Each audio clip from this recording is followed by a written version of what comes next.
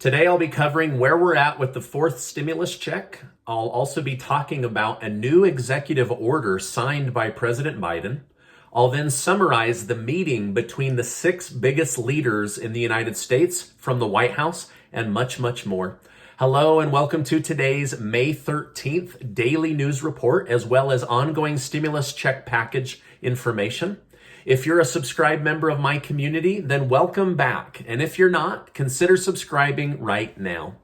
All right, I just want to remind my community to please be aware of the scammers that use my picture and try to tempt you into texting them about financial information, your tax return, crypto advice. That's not me. I will never do that. I'm working with YouTube, but YouTube is infiltrated on every single channel with these scammers. And so please just be cautious.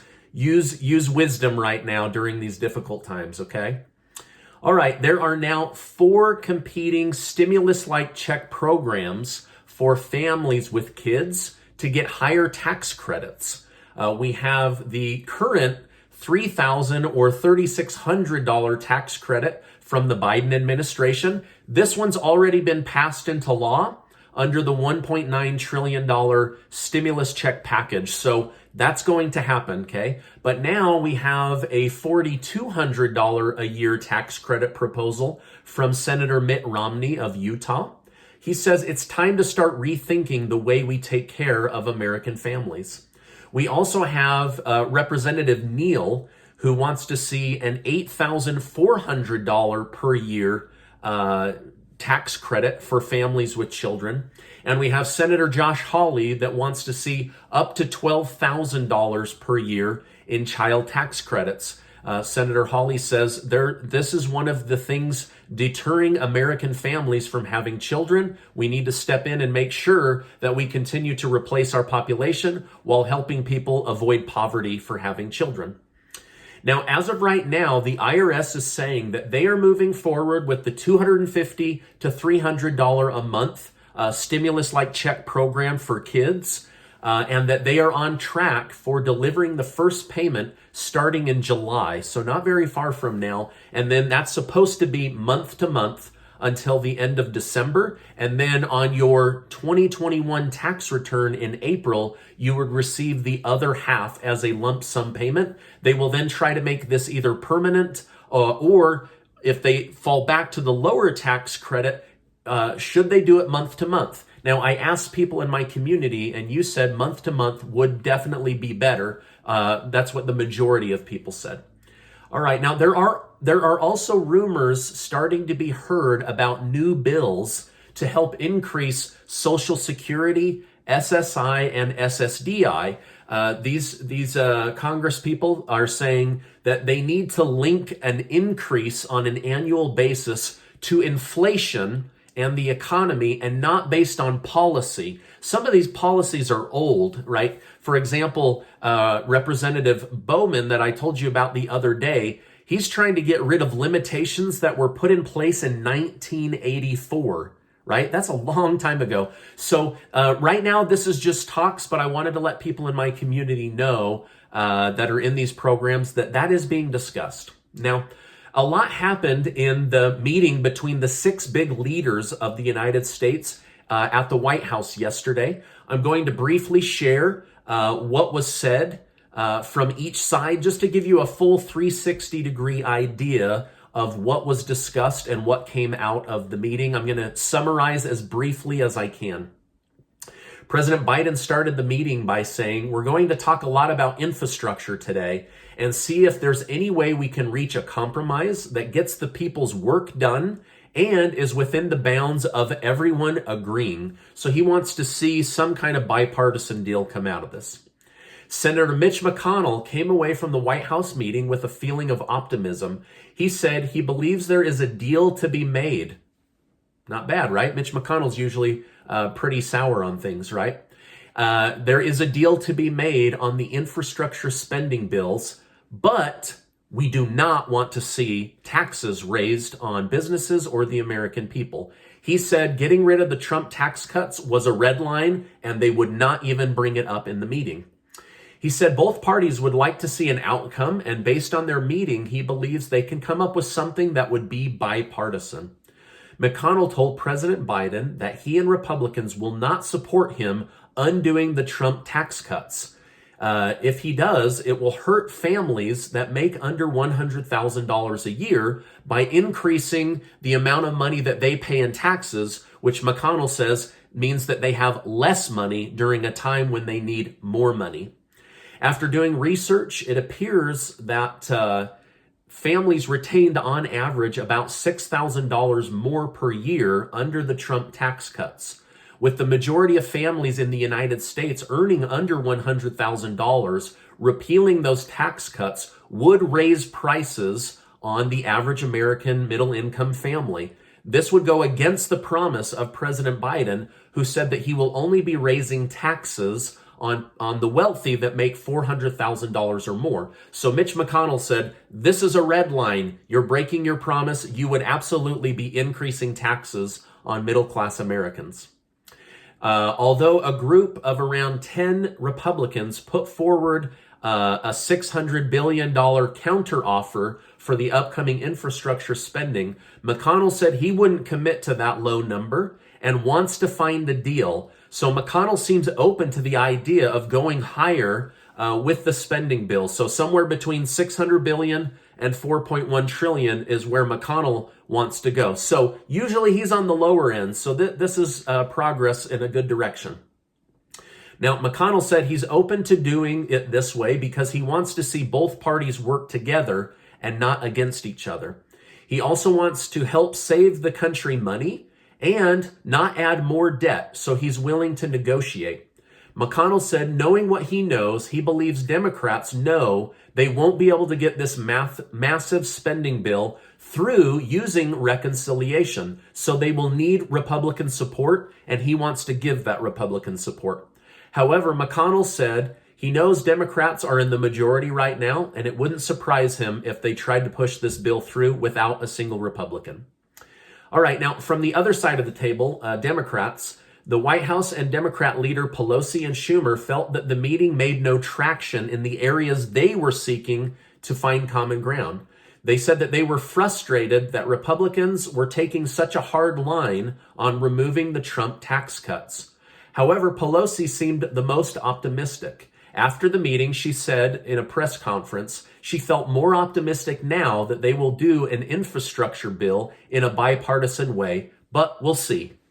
All right, now I couldn't find any comments from Senate Majority Leader Chuck Schumer, but on his Twitter page, he spoke about legalizing marijuana, criminal justice reform, and ensuring equity in communities impacted on the war in the war on drugs.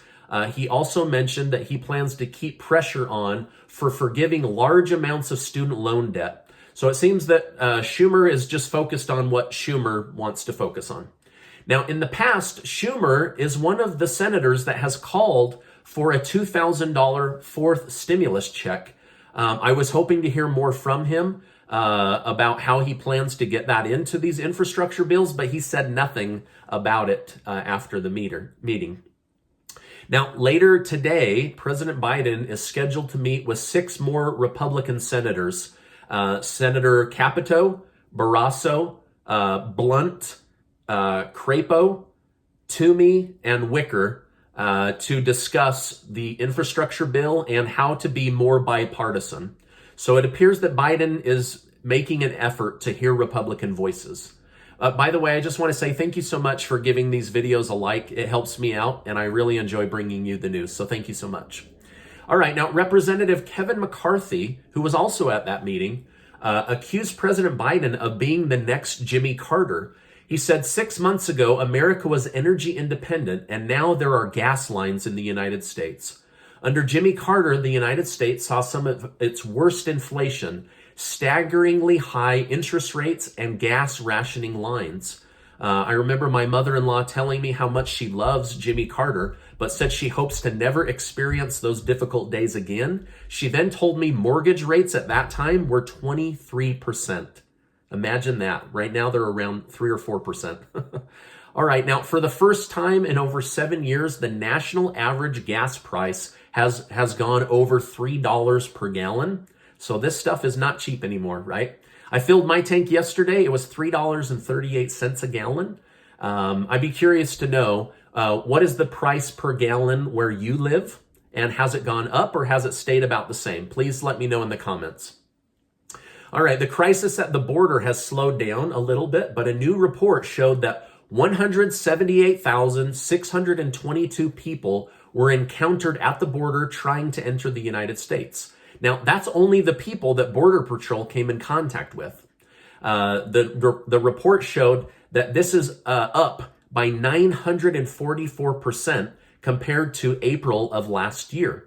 The American taxpayer is now paying over $65 million a week to house the people that are allowed to stay in the country. Now, after meeting with President Biden at the White House, as well as Nancy Pelosi, Chuck Schumer, and McConnell, Kevin McCarthy was very vocal, where Schumer was very quiet.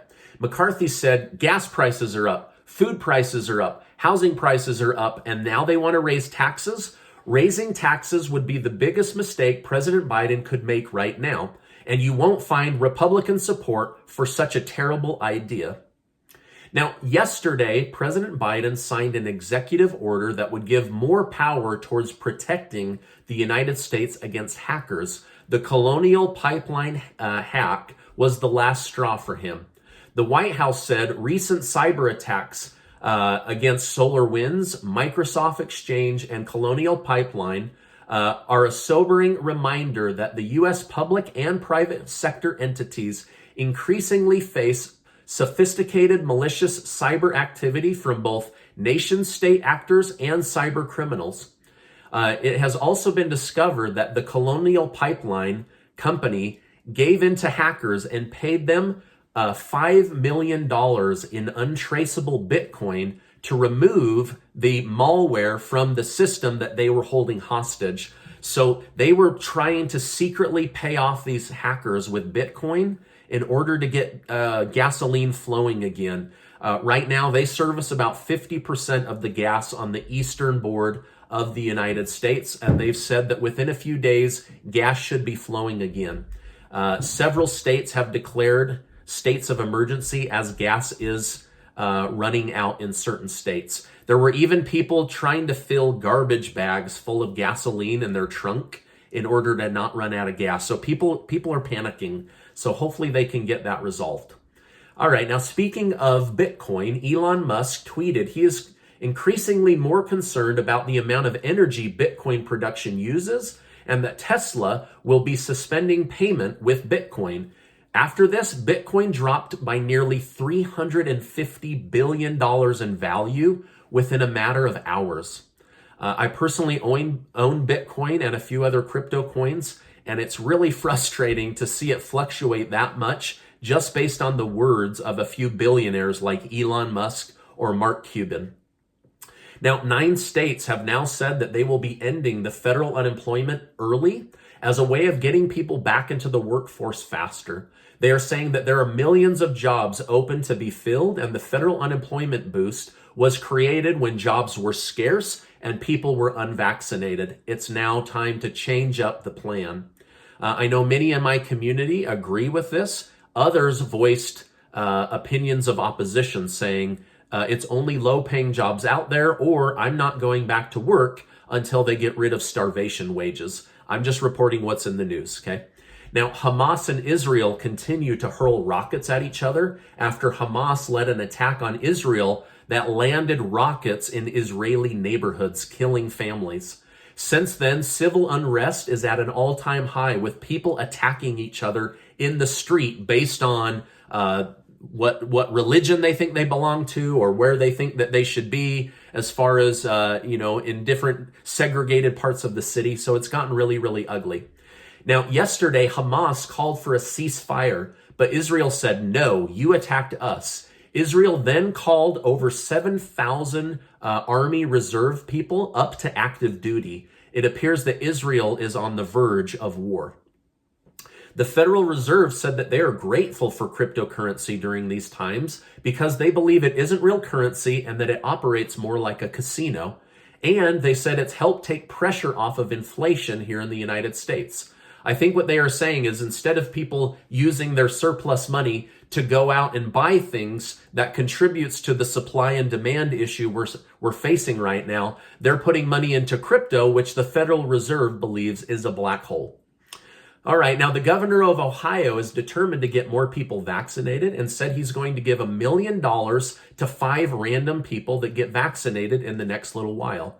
He is hoping that this will encourage people to get their shot in an attempt to win big money. That sounds like gambling to me. All right, now, I don't know that that's going to work. I think maybe he should take that $1 million and make a bunch of really smaller prizes, but what do I know? I'm just some guy on YouTube. Now, a former economic advisor who advised President Clinton and President Obama is now trying to advise the Biden administration to cut unemployment earlier than September and keep that money for real COVID-related emergencies. If they don't, we will see inflation like we haven't seen in decades. So he's telling the Biden administration to get rid of federal unemployment before September. So federal unemployment seems to really be under attack this week. Now, the Biden administration agreed to start working on finishing the border wall in the Rio Grande Valley in Texas, where many people have been trying to sneak into the country. Right now, we have over 70 people in Congress that want to see a 4th stimulus check. To be honest with my community, I was very disappointed that Senate Majority Leader Chuck Schumer basically said nothing. And then didn't tell us about anything he discussed in his leadership meeting. He's the head of the Senate and didn't tell us what they're talking about. He has called for $2,000 stimulus checks, but then didn't tell us how he plans to get those in to the next infrastructure bill. So personally, I found that very frustrating. I don't know how you'll react to that. Anyway, this is my update for today. As I know more, I will definitely come on and share more. Before I let you go, I just wish to remind you that you are amazing. I know the world's in chaos right now. Look for things that you can trust and have faith in and that are consistent and dependent. And keep your head down, keep working, keep believing, keep trying. Anyway, I appreciate you being in my community, and I'll see you on the next video.